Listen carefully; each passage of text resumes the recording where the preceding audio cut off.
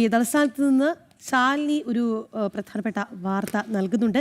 കെ.വി. തോമസിന്റെ ഡൽഹിയിലെ സേവനത്തിനായി ചെലവിട്ടത് 1 കോടിയിലധികം രൂപയെന്ന് വിവരാവകാശ രേഖ. ഒരേ സമയം കൈപ്പറ്റിയത് 1 ലക്ഷം ഓണറേറിയവും 3 പെൻഷനുകളും.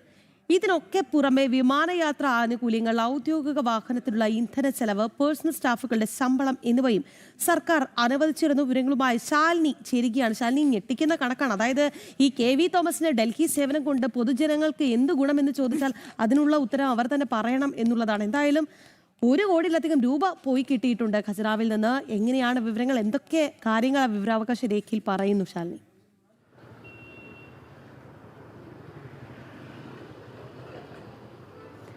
അശ്വതി രാഖി സൂചിപ്പിച്ചതുപോലെ തന്നെയാണ് കേന്ദ്ര സർക്കാരിൻ്റെ ഇടയിൽ സംസ്ഥാന സർക്കാരിൻ്റെ ഒരു പ്രതിനിധിയായി, അല്ലെങ്കിൽ ഇവർക്കിടയിൽ കാര്യങ്ങൾ പറയാനും പൊതുജനങ്ങൾക്ക് വേണ്ടി സേവനം ചെയ്യാനും ഒക്കെ എന്ന് പറഞ്ഞുകൊണ്ടാണ് പ്രൊഫസർ കെ.വി. തോമസിനെ ഡൽഹിയിലേക്ക് സംസ്ഥാന സർക്കാർ അയച്ചത്.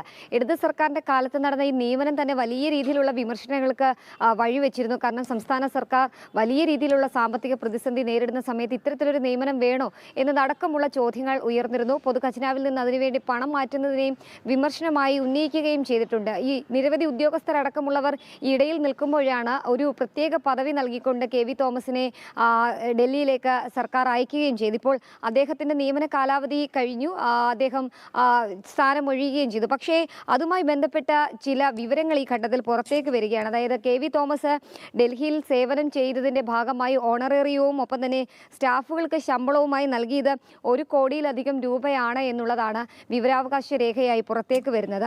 ഒരേ സമയം കൈപ്പറ്റിയത് ഓണറേറിയം ഒപ്പം തന്നെ 3 പെൻഷനുകളാണ് എന്നുള്ളതാണ് ഈ RTI രേഖയിൽ ചൂണ്ടിക്കാട്ടുന്നത്. അതായത് സംസ്ഥാന സർക്കാരിന്റെ പ്രത്യേക പ്രതിനിധിയായി ഡൽഹിയിൽ നിയമിക്കപ്പെട്ടിരുന്ന പ്രൊഫസർ കെ.വി. തോമസിനായി ഓണറേറിയം ഇനത്തിലും പേഴ്സണൽ സ്റ്റാഫിന്റെ ശമ്പള ഇനത്തിലുമായി സംസ്ഥാന ഖജനാവിൽ നിന്നാണ് ഈ 1 കോടിയിലധികം രൂപ പോയത്. വിവരാവകാശ പ്രവർത്തകനായ രാജു വാഴക്കാലയ്ക്കാണ് ഇത്തരത്തിലൊരു വിവരാവകാശ രേഖ സർക്കാർ തലത്തിൽ നിന്ന് മറുപടിയായി ലഭ്യമാക്കിയിട്ടുള്ളത്. അതിൽ Kerala house public information officer നൽകിയ മറുപടിയാണ് നമ്മളെ ഞെട്ടിപ്പിക്കുന്നത് എന്നുള്ളതാണ്. പ്രത്യേകിച്ച് പദവിയും ചുമതലയേറ്റ തീയതിയും പരിശോധിക്കുകയാണെങ്കിൽ 2023 ജനുവരി 20-നാണ് അദ്ദേഹം ആ പദവിയിലേക്ക് എത്തുന്നത്. അതിനുശേഷം പ്രതിമാസം ഓണറേറിയം മറ്റ് ആനുകൂല്യങ്ങളുമായി 1 കോടിയിലധികം രൂപ അദ്ദേഹത്തിന്റെ വിവിധ അക്കൗണ്ടുകളിലേക്ക് അല്ലെങ്കിൽ വിവിധ രീതിയിൽ അദ്ദേഹത്തിന്റെ കൈകളിലേക്ക് എത്തിയിട്ടുണ്ട് എന്നുള്ളതാണ്.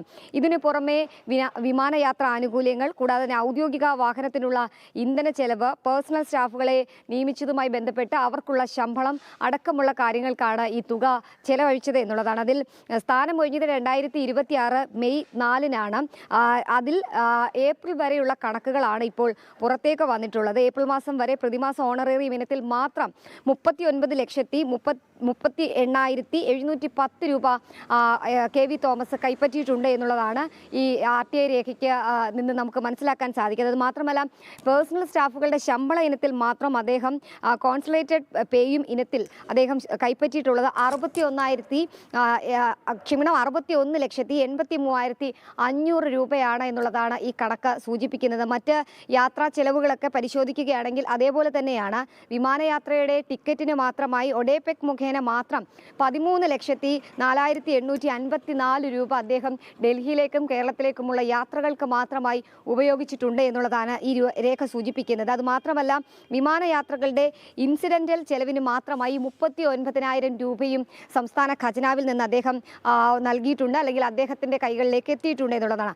ഔദ്യോഗിക വാഹനത്തിന്റെ ഇന്ധന ചെലവിന് മാത്രമായി 2,20,429 രൂപയാണ് സർക്കാർ ഖജനാവിൽ നിന്ന് അനുവദിച്ചത്. നമ്മൾ കേട്ടതാണ് ധനമന്ത്രി ആയിരുന്ന KN ബാലഗോപാൽ നാഴിക്ക് 40 വെട്ടവും പറഞ്ഞത് കഴിഞ്ഞ കാലങ്ങളിലൊക്കെ തന്നെ സംസ്ഥാനത്തിന്റെ ഖജനാവ് കാലിയായിരുന്നു, അവിടെ വലിയ രീതിയിലുള്ള സാമ്പത്തിക പ്രതിസന്ധി ഉണ്ടായിരുന്നു. പല നിർമ്മാണ പ്രവർത്തനങ്ങൾ, ക്ഷേമ പെൻഷനുകൾ അടക്കമുള്ള കാര്യങ്ങൾക്കും ഒപ്പം തന്നെ പുതിയ നിയമനങ്ങൾക്കും പണമില്ല എന്നുള്ളതായിരുന്നു അവരുടെ അവകാശവാദം. പക്ഷെ അപ്പോഴാണ് ഒരു ഇഷ്ടക്കാരന് വേണ്ടി കാര്യമായ സേവനങ്ങളൊന്നും ചെയ്യാത്തൊരു വ്യക്തിക്ക് വേണ്ടി 1 കോടി രൂപയിലധികം ഇത്തരത്തിൽ സംസ്ഥാന ഖജനാവിൽ നിന്ന് മാറ്റിയത് എന്നുള്ളതാണ് നമുക്ക് മനസ്സിലാക്കാൻ സാധിക്കുന്നത്. അത് മാത്രമല്ല കെ.വി. തോമസ് മുൻ MP, MLA എന്നീ നിലകളിൽ 97,000 രൂപ അദ്ദേഹത്തിന്റെ പ്രതിമാസ പെൻഷൻ വാങ്ങുമ്പോഴാണ് ഇത്തരത്തിൽ അനധികൃതമായി ഖജനാവിൽ നിന്ന് അദ്ദേഹത്തെ അദ്ദേഹത്തിന് പണം നൽകിയത് എന്നുള്ളതാണ്. എന്തായാലും വലിയ രീതിയിലുള്ള ഒരു വിമർശനം ഈ നിയമനവുമായി ബന്ധപ്പെട്ട് ഉയർന്നതിന് പിന്നാലെയൊക്കെയാണ് ഇപ്പോൾ ഈ നിയമനത്തിന്റെ കെ.വി. തോമസ് ആള് ചില്ലറക്കാരനായിരുന്നില്ല രാഖി.